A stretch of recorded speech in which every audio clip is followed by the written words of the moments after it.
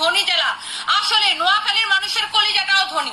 ওই যে ওইদিন বলতেছিলাম না কিছু কিছু স্যামরি আছে মডেল না ফডেল, কি যেন নোয়াখালী ছেলে বিয়ে করবে না, মনে হইতেছে কি নোয়াখালী আর পোলারা কাঁদতেছে যাই তোর বিয়া হবি।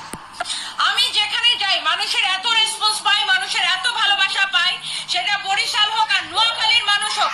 নোয়াখালীর মানুষ আমাদের স্টাফদেরকে যেই যত্ন করছে, ও গড, 7-8 জন খালি ওদেরকে খাবার খাওয়াইছে। নোয়াখালীর মানুষের কলিজাটা এত বড়।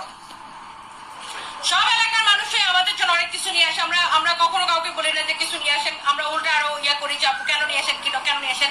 বাট স্পেশালি আমার নোয়াখালীর কথা বলতে হয়। নোয়াখালীর মানুষরে, নোয়াখালীর যে বলে বাংলাদেশের সবচেয়ে ধনী জেলা, আসলে নোয়াখালীর মানুষের কলিজাটাও ধনী।